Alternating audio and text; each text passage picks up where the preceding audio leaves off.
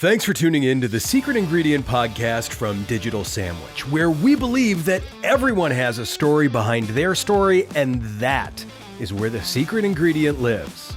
Unleashing the secret ingredient through a combination of personalized custom content, social media, and paid advertising is the very best way to build the relationships that you need to grow your business. With that being said, let's see what's in the kitchen and find out this week's secret ingredient.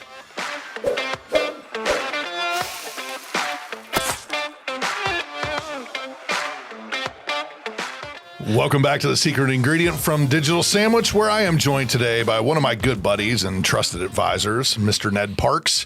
He knows a ton about a ton and more than most people, and sometimes it's actually even on purpose.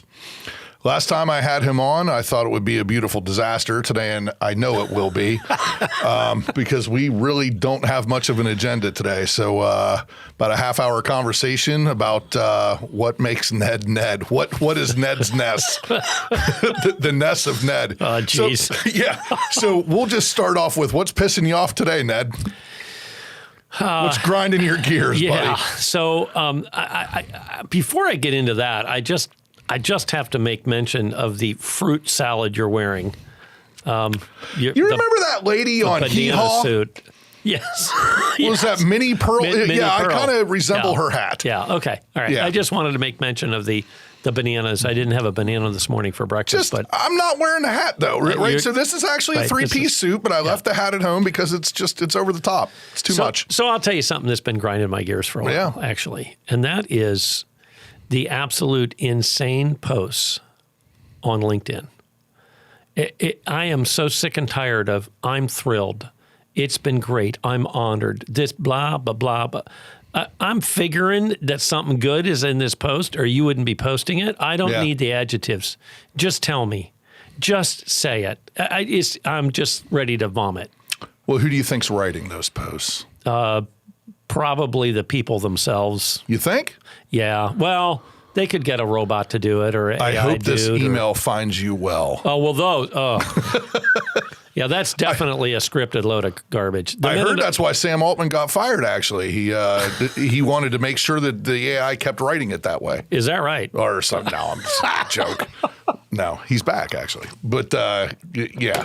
No, I agree. It's a complete shit show over there. So what they've done, LinkedIn is the great networking in the sky, right? And now it kind of sounds like a in-person networking event. Yeah, it really does. A bunch of horse shit. Yeah. I'm beyond thrilled. Really? I didn't know you could be beyond thrilled, but okay, whatever. Come up with something a little bit more. How about just tell me, hey, I did this and it worked well. Awesome, great. I don't know. That's just, I've already put more effort into talking about it than it's worth, so. Well, I'm beyond thrilled that you brought that up. Thank you. That's a fist bump there, buddy. Awesome. They call that a callback, I think. Yeah, no, it's good. It's big in the comedy world. Callbacks are big in the comedy world. I've heard that. Yeah. I've heard that. When you take a comedy class, you learn that kind of shit. I should do that sometime. You should. That'd probably be interesting. It's awesome. Yeah. It's awesome. I've taken 2. I'll bet you have. Yeah, it was great. I learned a lot. Is that a credential on your? No, not necessarily. I mean, I don't know that I would put that on LinkedIn, complete, certificated in comedy workshop stuff. It's a thing, though, actually. A couple months ago, Western Reserve did a breakfast, and they had somebody that used to work at Second City come in and do like the improv, like applying improv to networking and business and whatever. And it was actually fascinating. It's fascinating. And I think that I recommend that everybody do that.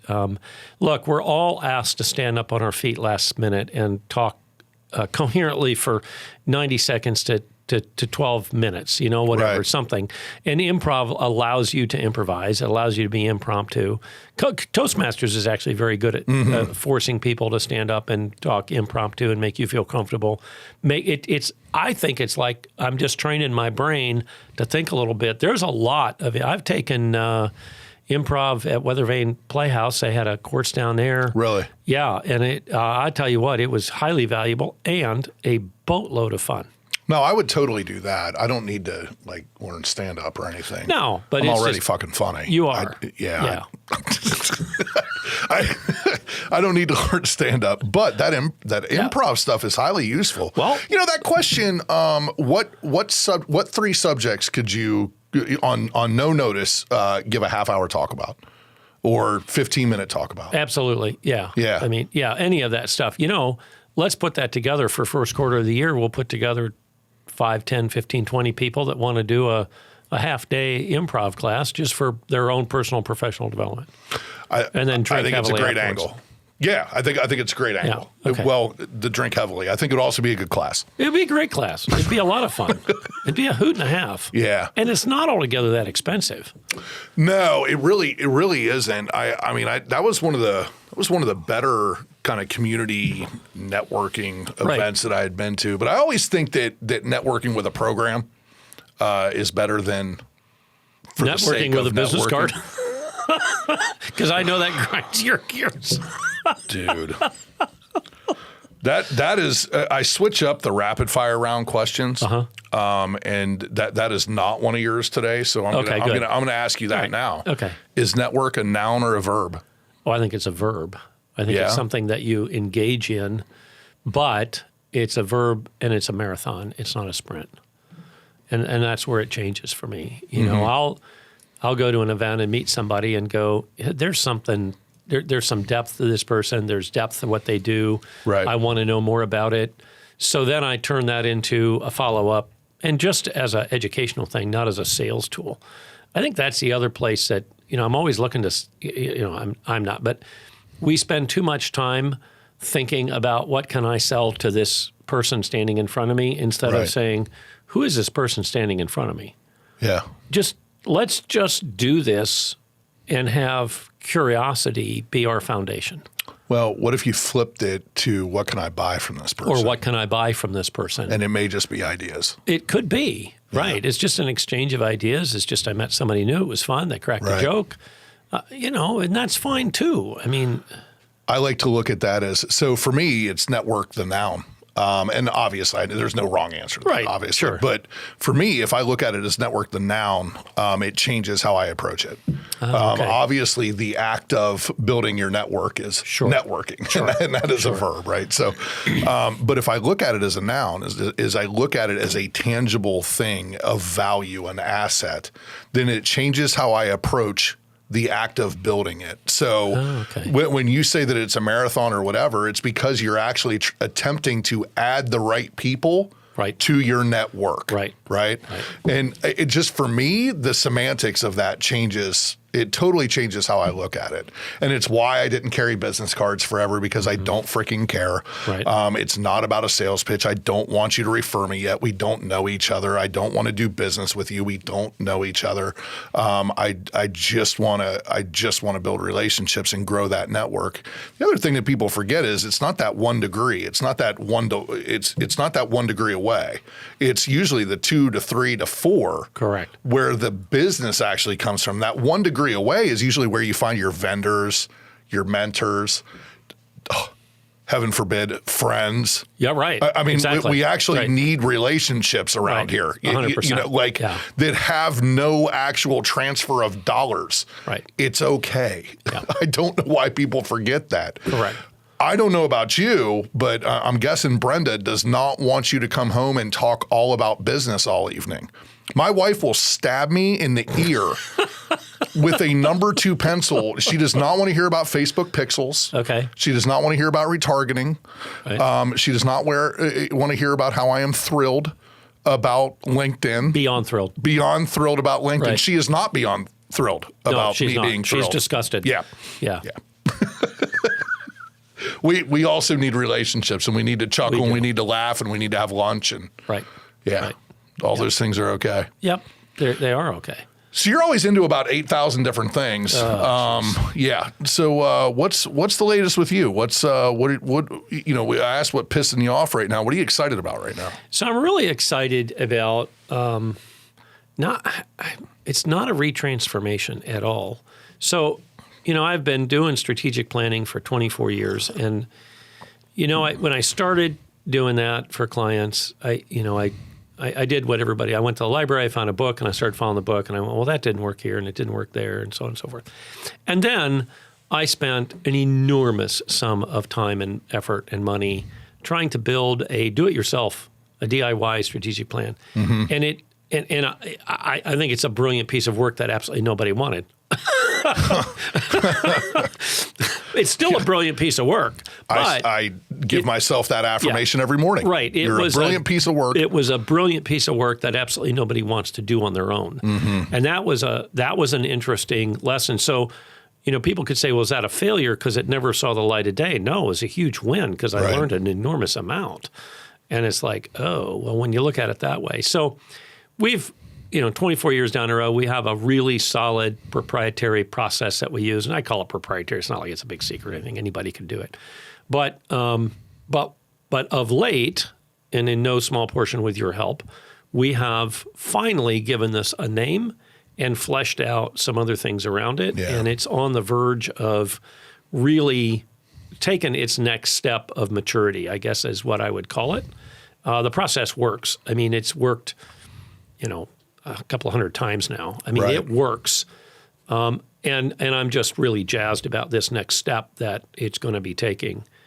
So that's what's got me jazzed at the moment. Yeah, and it should. I did spend quite a bit of time with you kind of learning about that and understanding the process. And, I think that strategic planning or even the word or the phrase strategic plan is one of those phrases that what the hell does that even actually mean, right?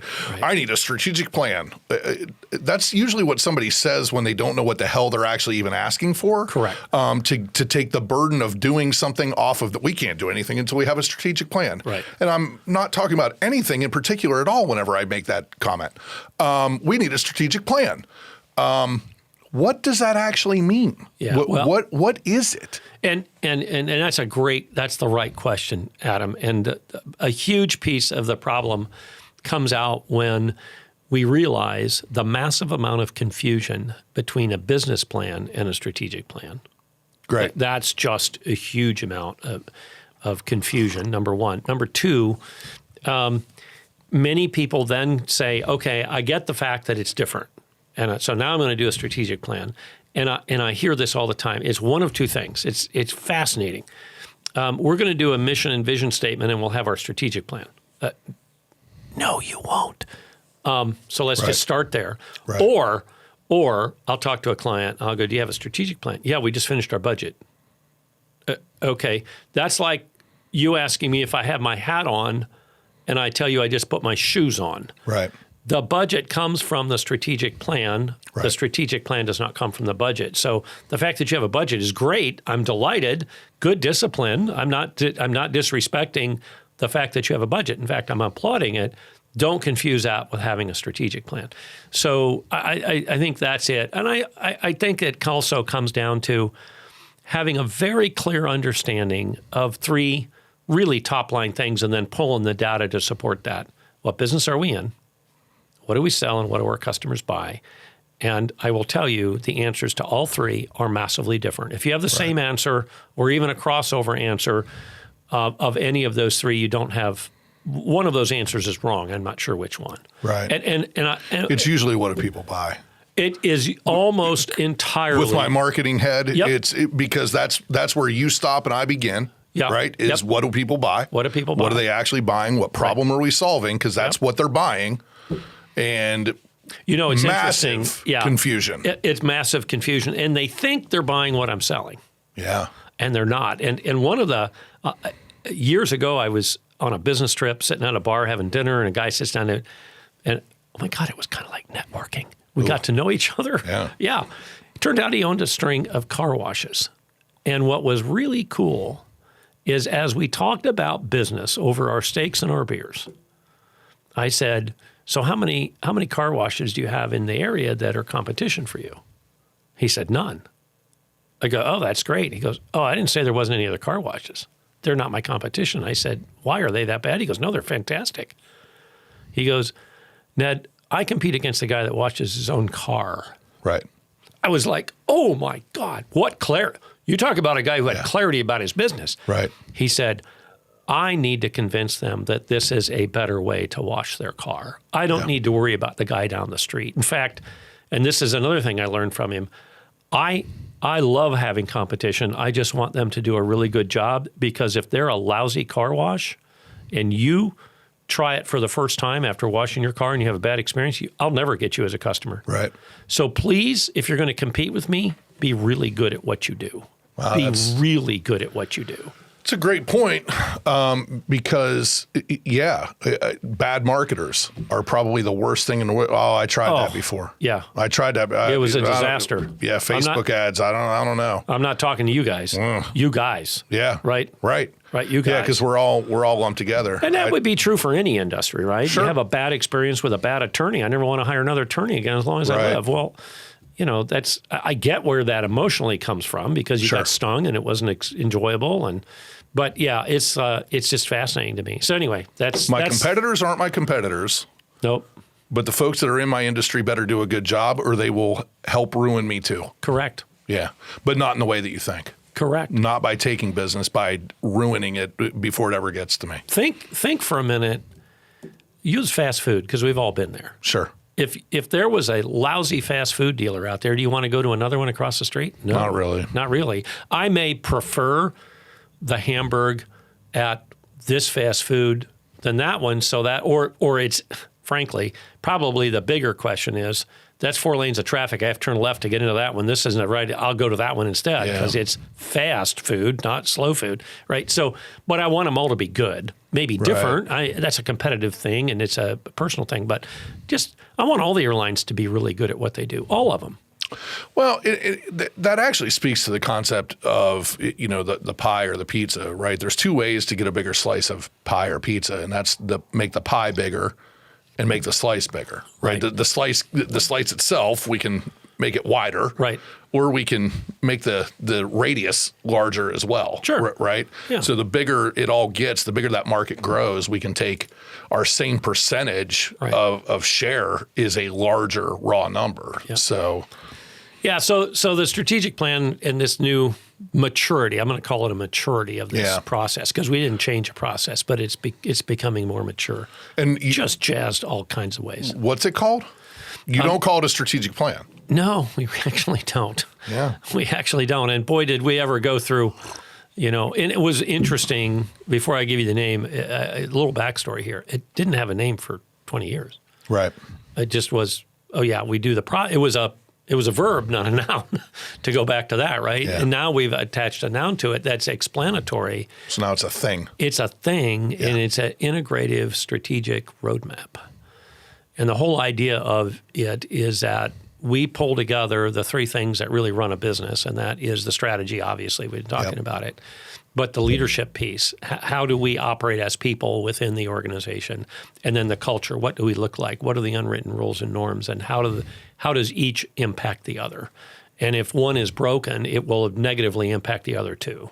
So what we try to do is, and we do, is bring all of those together. And I'm pretty jazzed about this maturity of it. The word and that's a mouthful. It's saying a whole lot with those 3 words. But the word in it that sort of resonates with me is the roadmap piece. Is because I feel like at the end of it, I actually get something. You have an action plan. I feel like I know where. Okay, I need to go to California. I need a roadmap in order to do that. Right. We're defining. If I have a roadmap, there's a destination defined, and then there's a pathway to get there. Yep. And so I feel like there's actually something. Yeah. There instead of all this, I don't even know. Like what? Yeah, okay, this is great. I have a strategic plan, but what do I do? What do I do now? What do I do today? Who does what and when? Yeah, and that is the one thing we're extremely proud and always have been. When we're done, I hand you about a 2 to 3 page Excel spreadsheet. And oh, by the way, all the obligatory 3-ring binders, because you don't feel like you've got a strategic plan without it. I know you will never read them, but all the data is there if you need to go look at it. That's fine. But a 2 to 3 page Excel spreadsheet, we call Signals to Success, and it's what, by whom, and when. And I always tell the clients, that's when you're going to hate me in this process, because I'm going to sit there and I'm going to look at the leadership team and I'm going to go, whose name do I put right here? Yeah. And you're all going to look at your shoes. And they know they all get it. That's fine. Yeah. But anyway, that's what I'm jazzed about. Yeah, the leadership teams, usually the problem. Well, often they are. It's usually the problem. And, and sometimes they even care that they're the problem. They do. Sometimes they actually do. So what are you jazzed about? What's going on in your world, Well, man? I'm jazzed about my outfit, first of all. You First as and well, you foremost. should be. I mean, why wouldn't I be? I'm jazzed to get the podcast back rolling. We're sort of doing a shorter format here. Okay. And I think I'm excited to collaborate with Pedal Stomper, Josh at Pedal Stomper Productions. Happy to do that. And then get some folks that, I was telling a previous guest that for some reason for years, long before I was ever in, my career started out in behind a bar, honestly, was the first actual job that I had. On the serving side of the bar, not the consumption Yeah, well, side. I spent a lot of time on both sides. Thought honestly. I'd just get some clarity there. I spent a lot of time on both sides, to be fair. Those two kind of go hand in hand, unfortunately. But I learned a lot about business behind the bar, and I learned a lot about people behind the bar. Right. And, things that serve me today, I learned there. Truthfully, and then expanded on that in my second life, which was a sales career in telecom, and then now obviously the. Can I make an observation? Sure. And this is not for you because I know you know this already, but for anybody that listens to this, the reason that you learned a lot in this unlikely place to learn anything, a bar, right, serving customers, is because you are naturally curious. And I will tell you. That is a skill that I find lacking unilaterally in many, many people. People are not naturally curious, and some of them aren't even intentionally curious. Interesting. Because they're too focused on themselves. And it holds people back from all sorts of things like if I meet with you and we talk about this, you'll steal my idea. Well, that shows me a lack of curiosity on your part, a lack of... You'll steal my idea. Yeah, okay, you must think a lot of your idea. And by the way, I certainly, I intellectually property protect my stuff too. But frankly, if you don't understand it, you're probably going to make a mess of it anyway. So whatever. But the bottom line is... I have a lot to say on that one. Yeah, I say you and me both. But the bottom line is, Adam, is you're naturally... have a natural curiosity about you. You're interested in stuff. You're interested in stuff you don't even want to do. You're just like, oh, that's interesting. What's that? And my dad was that way, and he thankfully passed it on to me. My dad hated boats. I don't know, maybe going to Asia to fight in World War II 2 ways on a boat in the hold probably had a little something to do with that. Made him hate boats. Yeah, but it was not uncommon for him in the doctor's office to pick up the sailing magazine and read an article in it. I go, you hate boats? He goes, yeah, but he goes, this is talking about tracking, and that has something to do with the wind, and I'm learning about navigation. And I was like, oh, yeah. So people need to be more curious, and that a little bit goes to networking. Quit trying to tell me who you are and what you do. Find out about something else while you're there. What can you learn today? Very often... It really escapes people, and this is what I don't understand, is if you reframe something, you can look at things completely differently, right? So the curiosity, the reason that people aren't is because they're so self-centric, right? They're so worried about them, they listen to respond or interrupt rather than to understand. Mm-hmm. And if they just thought about it for a minute, you can do both at the same time. You can be really damn curious to your benefit later. If I absorb like a sponge, right. that is now additional knowledge, right, and potentially ammunition in the next conversation. Mm-hmm. And I think that actually came from sales. Behind the bar was fascinating because you saw everything. Oh, sure. You saw the worst in people. You saw affairs happening right there. You saw it was also the great equalizer where, people of all sorts of station in life had to talk to you and whatnot. It was very, very interesting. I thought it was fascinating. And then fast forward, I still think about those the skills that I learned then. It served me for, a 20, 20 something time. A while. An amount of time. Some amount of time. Yeah. Let's just leave it there. A period of time. A It period has of served time. me. Right. So I'm pumped to get the podcast back on, but since back then, for some reason, people have always shared really interesting stories with me. Mm-hmm. And so that was sort of the whole thinking behind spinning the podcast up was, why not press record? I talk about this all the time. People, I don't create content, or I don't know what to do here. I'm going to post, I'm super thrilled on LinkedIn, and not anything actually interesting or valuable. Right. And I think of the lesson of the Tiger King. This asshole just pressed record every day, and it turned into a phenomena, right?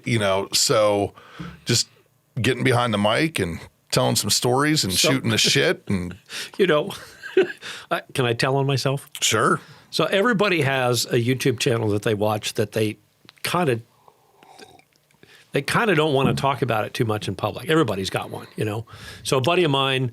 I don't think that's called YouTube. No, this would be like not that kind of stuff. Oh, gotcha. Okay. So a buddy of mine talked to me years ago. He goes, "Hey, I'm watching this show on TV, at cable TV." He goes, "I'm almost afraid of people to tell them how into it I am." I go, "What?" He goes, "Ice Road Truckers." Right? Yeah. And what was interesting about it as I examined that is you could look at it one way of going, "This is a complete and total waste of my time." In one sense, it is, but also I'm exhausted. I don't want to put a lot of thought into something. Yep. And so I click on Ice Road Truckers or whatever it happens to be. Well, YouTube's this. You can't always watch English television. That's my big thing. So, you're right? So, well, because you have to think about it. So I've got this guy I'm watching on YouTube. I'm gonna admit it. Yeah. Python Cowboy. Oh, Python Cowboy. Yeah. He's a guy in Florida. He's certified and hired by the state of Florida to go out and hunt and kill pythons because they're in South Florida infesting. And just infesting, and iguanas. And he's got these dogs trained. He trains the dogs to sniff out the pythons. He wrestles them. He gets them in the back. It's like, I can't believe that. And I've watched, now there's a whole bunch of those people down there. Yeah. And so now, because I hang out with you and we talk about content so much, I'm actually paying attention to his content opposed to some of the others. Sure. And he's by far winning the race in quality, and all he did was hit record. All you got to do is hit record. He doesn't have a jazzy lead into it. Nothing. He's absolutely 100% genuine and real. Well, I think that's really it, right? Yes, there's some production stuff that can happen, and sure. Yes, you can do it. Some people can do a better job with their hook or their intro, and you have this. I also think it's a myth, this whole attention span bullshit, because in the same breath, we only have this much attention. No, like the people under 30 don't have the attention span. No, they don't have the attention span for bullshit. They don't have the attention span for boring shit. They still binge watch on Netflix and Hulu and Prime. They watch 8 hours of television in a row. Right. They watch YouTube videos for hours, right? It's not, they just have, this is the secret about the under 30 crowd. They don't have tolerance for bullshit. Right. They have zero. Now, we can call it whatever we want to. They don't have tolerance, and they're also afforded that they don't have to have a tolerance for it. It's not 50 years ago where I'm beholden to my pension and my health care and my whatever, so I have to go to work at a job I don't like because I have to. Well, and it's different now. Yeah, it's different now. And growing up, and you're same for you as me, we had 3 channels. Yeah. And the radio, and that was it. Yeah. That was it. Yep. We didn't have anything else. Right. Right. And then cable came along and all this other stuff. But anyway, so that's what's going on. So what the hell else is going on in your life? You got any new products cranking out, services? It is funny. I know you're doing a lot of stuff with your team, and that team just keeps that team just keeps growing, which is pretty cool and getting a little goofier. Well, yeah, I mean, what else would it do? It's like, I mean, speed of the pack is the speed of the leader, right? Do you feed them a goof pill every morning or what? They're something else. They really are. But what a, I got a compliment the other day. At least I took it as a compliment. I got told that that really what goes on in my office is we're a mentorship organization that funds itself by doing marketing. And I appreciated that very, very much. Wow. That's pretty cool, actually. I'll take that. I'll take that all day. Yeah, that's pretty cool. And it also fluctuates who's doing the mentoring, by the way. Yeah, because I learn a shit ton from them, too. Oh, yeah. Well, look, that's the other thing about this natural curiosity. Some of the best lessons, and I'll use leadership as an example, but it could be anything, right, that I've learned have been from people that have worked for me. Absolutely. But you're never going to hear it if you don't humble yourself. You're never going to hear it. To listen. Yeah. You've got to be willing to listen. You're never going to hear it. I mean, how often? I was just having this conversation with my daughter a couple weeks ago. The lessons are there. Especially like in the parent-child relationship. We're saying something over and over and over. It's the same message. Right. They are not ready to hear it yet. Right. The lesson was already there. Right. And then you're ready to hear it. So you have to be willing to hear it. Yeah. It's the same thing. It mirrors parenting so much. But as a parent yourself, how much have we learned from our kids? Right. Because they just look at the world differently. They just have a different view. And it's often so simple and so simplistic that we've overcomplicated the fuck out of it so many times. And the name of the podcast is The Secret Ingredient, and I think you would probably agree that your secret ingredient is your ability to uncomplicate shit. Because people have this knack of just overcomplicating because they can't get out of their own way. They can't see the forest for the trees. They, what about this and what about this? What about that? Like, just uncomplicate this. What if it was simple? So interesting you bring that up, because there's two things that when I design a training program or I'm teaching somebody something, and these are always in my head, and many times I write them down. So there's like two quick little things. Take people from the simple to the complex, and from the known to the unknown. That's how you uncomplicate it. Mm-hmm. We can take an incredibly complex conversation, and if I simplify it first, and I don't mean dumb it down and leave it there. I mean simplify it and then bring you to this higher academic or more complex or whatever. And if I connect you with things that you already know and bring you to the things that you don't know yet, that's how you uncomplicate this. Right. That's how you make that happen. I think the other piece of it is that the ability to be able to talk to somebody that's got 5 college degrees and somebody who's never seen the inside of a college. And I believe it's an art form, but it's also one that can be learned. But you said the word earlier, you got to be a little bit humble talking to either one of them. Yeah. Right? And I think that's critical. But yeah, I would get, that's interesting. Secret sauce, uncomplicate. I would say that to me, that's kind of a bedrock as I try to uncomplicate. No, it's one of them. I think you've got several, but that's definitely at the core. The being able to talk to the 5 degrees or the no degrees or whatever. Right. That was always how I looked at. That's back to behind the bar. Back behind the bar, because you had them all sitting there. Well, you had them all sitting there, and they were all going to tip me somehow. Got it. Some of them were going to do it with their dollars in their wallet, and some of them were going to do it with their stories. And some of the stories came from the most unlikely places. They sure did. They sure did. But you have to listen. You got to be willing to listen. You got to be willing. And you also have to be willing to not be pissed off that this guy isn't going to tip you. I'm getting a tip. Right. That's the difference between you and me over there that's behind the bar, pissed off that mother and daughter over here never tip. Right. I always get a tip from them. Right. Every single time. It just isn't currency. Right. It's not always a dumb-ass story I'm going to tell later about what these knuckleheads did. Yep. That's my tip. But I'm willing to look at it that way. Right. You aren't. And that's where I win. Yeah.